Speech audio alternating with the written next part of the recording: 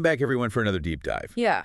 This time, we're looking at the aftermath of the 2024 U.S. presidential election. Okay. Specifically, some of those really strong reactions we saw from liberal supporters and media figures. Interesting. After Trump's win over Kamala Harris, Right. we got a whole bunch of articles and videos, everything from late-night TV to those viral social media moments. Yeah. So what are we trying to figure out today? Wow. Well, we really want to understand what happened. Okay. Why did it feel different from past elections? And what does it tell us about the future? Yeah. We're talking Jimmy Kimmel getting choked up on air. Oh, wow. People calling for some pretty big relationship changes. Interesting. And even shifts in voting patterns in the Muslim and Arab American communities. Okay. There's a lot to unpack here. You can say that again. So let's dive in. I'm ready. I think what's interesting is how these reactions, as diverse as they are, Yeah. they might actually point to some larger trends in societal currents. That's right. If we can go beyond just that surface level meltdown label, we can perhaps glean some real insights into where American politics and society are heading. I think so. Okay. Before we analyze the why, let's just map out the types of reactions we're seeing. Sure. It seems like there's a whole spectrum, Right. from disbelief and anger to genuine fear. Yeah, take the media, for example. Okay. Some figures like Joy Reid were using very strong language. Right. She even described Florida as being under a fascist-type government Wow. because of the election results. So kidding. And remember Nicole Wallace. Yeah. Even as Trump was clearly winning key swing states, Right. she kept insisting the race was a dead heat. It's almost like there was this initial resistance to accepting the reality Interesting. of what was unfolding. That denial element seems to pop up a lot, even on a personal level. It does. I mean, we've all seen those viral videos of people having emotional breakdowns on social media. Yeah. Crying or just totally freaking out. You see it everywhere. There's one video I saw where a woman's advising others to leave their husbands Really? because she thinks Trump would abolish no-fault divorce.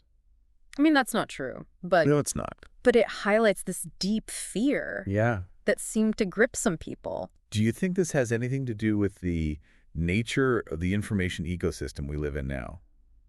It's a great question. Yeah. I think the way these reactions are being documented and shared Okay. is a key piece of the puzzle here. Okay. These liberal meltdown compilation videos are getting millions of views, Seriously. suggesting a shift in how we're witnessing and even participating Interesting. in these emotional responses. So you're saying? It's almost like social media incentivizes more dramatic displays of emotion, I see. turning them into a kind of performance for Right. an online audience. So it's not just about expressing your feelings. Right. It's about expressing them in a way that will go viral. It's fascinating how social media shapes our behavior, even in those deeply personal moments. It really is. And it wasn't just everyday folks either. No. Even celebrities were publicly expressing their feelings, Uh-huh. often in very strong terms. Oh, absolutely. Like Jimmy Kimmel. Yeah. Remember his reaction? Oh, I do. He was practically in tears on his show. He was. He even said it was a terrible night, Wow. even for Trump supporters. Oh, geez. Like they didn't understand their own best interests. Right, like this paternalism Oh, yeah. that we're seeing a lot these days. It's like a we know better attitude, Exactly. which can be pretty alienating Oh, yeah. if you're on the other side of the political fence. Of course. And it wasn't limited to just general commentary either. Right. Some media figures seem to target their analysis at specific demographics. That's true. Like they were trying to pinpoint who was responsible for the outcome they didn't want, Yeah, that's a crucial observation. like Jim Acosta. Yeah. CNN's Jim Acosta was practically lecturing Latino Trump voters, Really? claiming they were voting against their own self-interests. Mm. And Joy Reid put the blame for Harris's loss in North Carolina solely at the feet of white women. So basically, There seems to be this urge to divide the electorate into specific groups okay. and then assign blame or praise Uh-huh. based on how they voted. It's like trying to dissect who's to blame. Yeah, And then there's Van Jones, right. who got really emotional talking about the impact of this election Yeah. on African-American women and parents of trans children. It was a powerful moment. Why? Clearly, these reactions are personal for many, Absolutely. but it makes you wonder if this kind of highly charged, emotion-driven commentary is actually helpful Does it even help? or productive. Yeah, is it productive? It's a good question. Does this type of emotional outpouring lead to catharsis and understanding? Right. Or does it just further fuel the fires of division? We can't ignore the fact that these reactions are happening within a context of increasing political polarization. So are these reactions a symptom of that polarization? Yeah. Or are they contributing to it? It's probably a bit of both. I think so too. Creating a kind of vicious cycle where people retreat further into their own ideological bubbles, Right. only interacting with information and perspectives Yeah. that confirm their existing beliefs. It's like we're all living in our own little worlds. Right. And before we get too deep into the why, Okay. there's one group's reaction that I find particularly interesting. Oh, yeah. And that's the Muslim and Arab American community. Interesting. They seem to be pushing back against this whole meltdown narrative, Right. offering a very different perspective. That's one of the details from the research that really jumped out at me. Yeah. Can you elaborate on what you found so fascinating about their reactions? Yeah, what's fascinating is their focus on issues that were largely overlooked in the mainstream meltdown narrative. Yeah. Many within these communities criticized the laser focus on Trump as the ultimate threat, Wow. arguing that other pressing concerns like the situation in Gaza Right. were being ignored. So they're basically saying... It's like they're saying, hey, our concerns are just as valid, Yeah. and you're not even acknowledging them. And that sense of being ignored Right. seems to be reflected in the voting patterns as well. Absolutely. We saw some in these communities choosing not to vote, or even switching their support to Trump, Yeah. even in traditionally Democratic areas. Like Passaic County, that's not a small shift. It's a big deal. It indicates a real disconnect Yeah. between these voters and the Democratic Party. It really highlights the importance It does. of understanding diverse viewpoints. Absolutely. The fact that some critics within these communities Yeah. believe Harris could have secured their support if she had taken different stances on certain policies That's right. suggests a missed opportunity for the Democrats. A big one? Okay, so we've got this whole spectrum of reactions, We do. from media figures to celebrities Yeah. to everyday people on social media. Right. And we've touched on the unique perspective of the Muslim and Arab American community. It's a crucial part of this conversation. It is. But the big question remains. Okay. Why were these reactions so intense? Yeah. And what makes them stand out from previous elections? Right. Let's delve into that why now. Perfect. Help us connect the dots. I will. As we were talking about those reactions in the last part, Yeah, it really struck me that there's a lot more going on beneath the surface. I think so. It's easy to just dismiss these reactions as just like liberal meltdowns. But I think that misses a crucial point. Yeah, I think you're spot on. Really? One of the biggest takeaways here Yeah. is this profound sense of disillusionment Okay. and anxiety among a certain segment of the population. It's not just about Trump winning. It's about what his victory represents. Exactly. It's deeper than just disliking a candidate. Okay. It's this perceived threat, Cool. their values, Right. their way of life, Right. maybe even their sense of identity. And that kind of fear, Yeah. when it's tied to something as fundamental as your identity, Right. can be incredibly powerful. Yes, they can. It can lead people to act in ways they might not otherwise.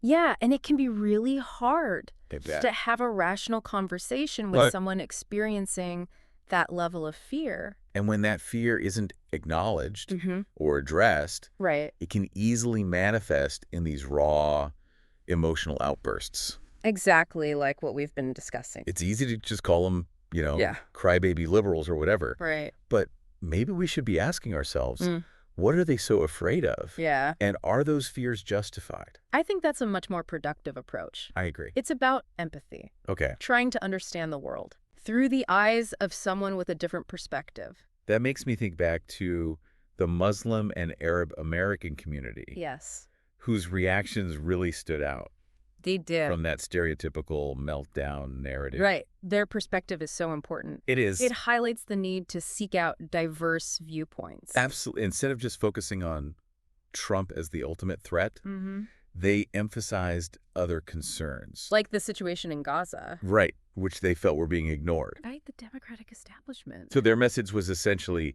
hey, there are other issues at stake here, Right. and you're not addressing them. And their voting patterns reflected that disconnect. They did. Some chose not to vote, Yeah. while others even switched their support to Trump. Which is huge. It is even in traditionally Democratic areas. It suggests that the Democrats Yeah. might be missing the mark with some voters. It's a clear indication that there are multiple perspectives on True. any given issue, And it's crucial to engage with those perspectives. even if they challenge our own assumptions. Absolutely. The fact that some within these communities believe Harris could have won their support Right. with different policy positions. That's really telling. It is. So it's not just about understanding the fears and anxieties Right. of those having those visible emotional meltdowns, Yeah. but also understanding the perspectives of Right. those who are critical of those reactions. It's about broadening our understanding the political landscape. Okay. Recognizing that there are many ways to engage with it. Okay, so we've talked about the importance of empathy, Yes. understanding different perspectives, recognizing the validity of people's fears and concerns. Right, but what do we do with all of this? Yeah, where do we go from here? How do we move beyond these emotional reactions and engage in a more constructive way? That's the million-dollar question. It is, and I don't think there are any simple solutions. It's a complex problem.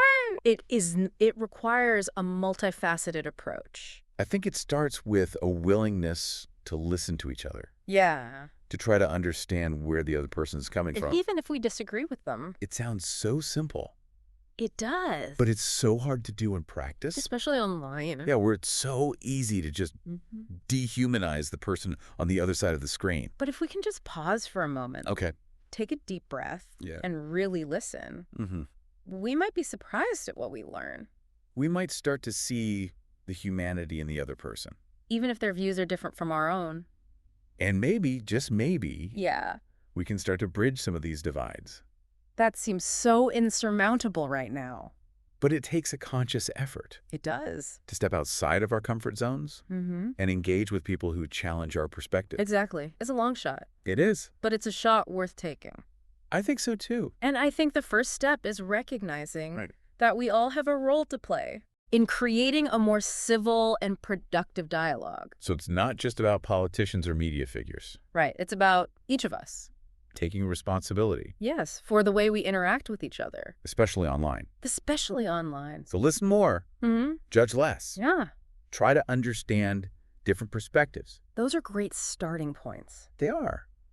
But what about the role of emotion in all this?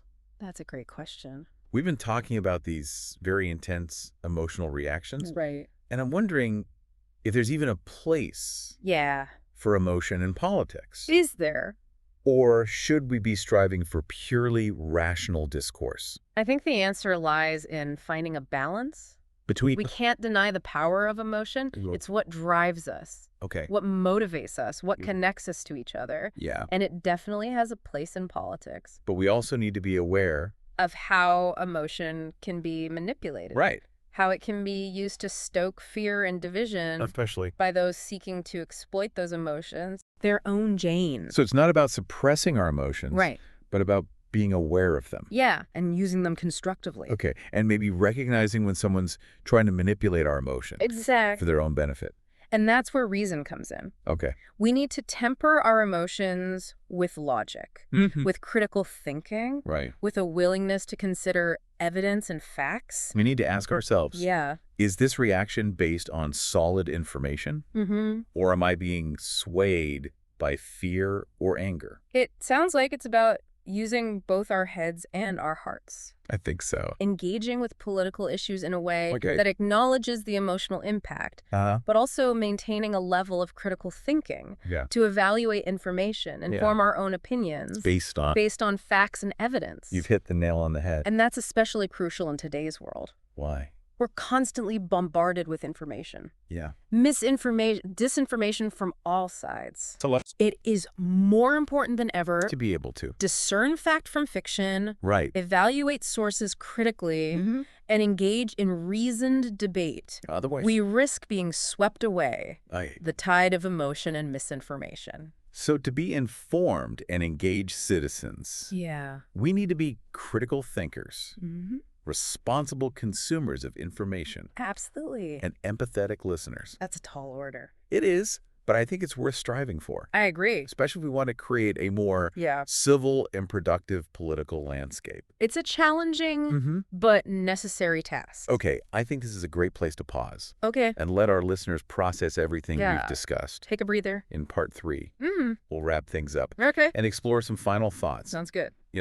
Picking up where we left off, it's funny how we often hear that phrase, facts over feelings, Oh, yeah. when it comes to politics. It's a popular one. It is, particularly in today's climate. Yeah, for sure. But, as we've been talking about all these reactions, it's clear that feelings can't just be ignored. I agree. They play a huge role They do. in how we process things, Absolutely. how we engage with the world around us. Emotions are a fundamental part of who we are. Right? They influence our beliefs, our actions, how we interpret events. So dismissing feelings entirely would be like ignoring a crucial piece of the puzzle. Exactly. So then how do we reconcile this tension Yeah. between facts and feelings? That's the question, isn't it? It seems like we need both We do. to navigate the political landscape effectively. Well, the key is to recognize Mm-hmm. that facts and feelings aren't mutually exclusive. Okay. They actually influence each other. In what way? It's a continuous loop. Interesting. Can you elaborate on that a bit more? Sure, our feelings are often rooted in what we believe to be true, Okay. our understanding of the facts as we see them. Right. But conversely, our feelings can color how we interpret new information. Sometimes even leading us to prioritize information that confirms our existing emotions. So it's like a two-way street. Exactly. Our feelings shape how we see the facts. The facts shape our feelings. It's a complex interplay. It is, and it makes me wonder if that's part of what fuels those intense reactions, It very well could be. which is why... That's where critical thinking comes in. Okay. We need to be able to step back from our immediate emotional responses Right. and examine things more objectively. So asking ourselves questions like, Yeah, like what are the actual facts here? Are there other perspectives I haven't considered? right. Am I letting my emotions cloud my judgment? It's like we need to cultivate a healthy skepticism, Absolutely. not just of the information, Yeah. but of our own emotional reactions. We have to be willing to question our own assumptions. And that's especially important now it is. with social media. Where we're bombarded with information from all sides. And algorithms prioritize engagement over accuracy Right. So it's easy to get swept up in the emotional current. without even checking. Yeah, without pausing to check. If what we're reading or sharing or reacting to, If it's even true. it makes you realize how important it is to diversify our sources. I think so. If we're only getting our news from sources that confirm our biases, we're not really engaging in critical thinking. You're absolutely right. It's so easy to get trapped, In those echo chambers. surrounded by people who just reinforce our views. Exactly. That's why it's so important. To actively seek out diverse perspectives. Even the ones that make us uncomfortable. Especially those. Because it's in those moments of discomfort Yeah. that we actually challenge ourselves. That's where growth happens. And maybe that discomfort is a sign that we're learning something new, I think so. expanding our understanding of the world. It's not always about feeling good, Right. Sometimes it's about grappling with those difficult questions. wrestling with different perspectives. Well said, that willingness to be challenged, To be wrong to be wrong, is fundamental. to both personal growth and fostering a more constructive dialogue. Couldn't have said it better myself. Okay, so let's recap. Yeah. Facts and feelings are interconnected. Critical thinking is crucial. Absolutely. We need to be wary of our own biases. Yes. Seek out diverse viewpoints. Very important. And maybe most importantly, Yeah. be open to being wrong. It's a lot to chew on. It is, but it's worthwhile. It is if we can approach these complex issues. With those principles in mind. we have a better chance of having meaningful conversations, Even even if we don't always agree. that lead to genuine understanding. And maybe those conversations can help bridge those divides. I hope so. Well, on that hopeful note, Yeah. I think we've reached the end of our deep dive I do. into the 2024 liberal meltdowns. It's been a fascinating journey. It has. We've explored the spectrum of reactions, delved into the underlying factors. And discussed how to navigate this terrain in a thoughtful and productive way. I hope our listeners have found this as insightful as we have. As always, we encourage you to continue thinking critically about the information you're consuming. Seek out those diverse perspectives. Yes, and engage in those difficult but necessary conversations. That can help us move forward. Remember, the goal isn't to agree on everything. It's not. It's to create a space for respectful dialogue. Where we can learn from each other. And strive towards a better future. Beautifully said. Until next time. Keep diving deep. And keep those critical thinking caps on.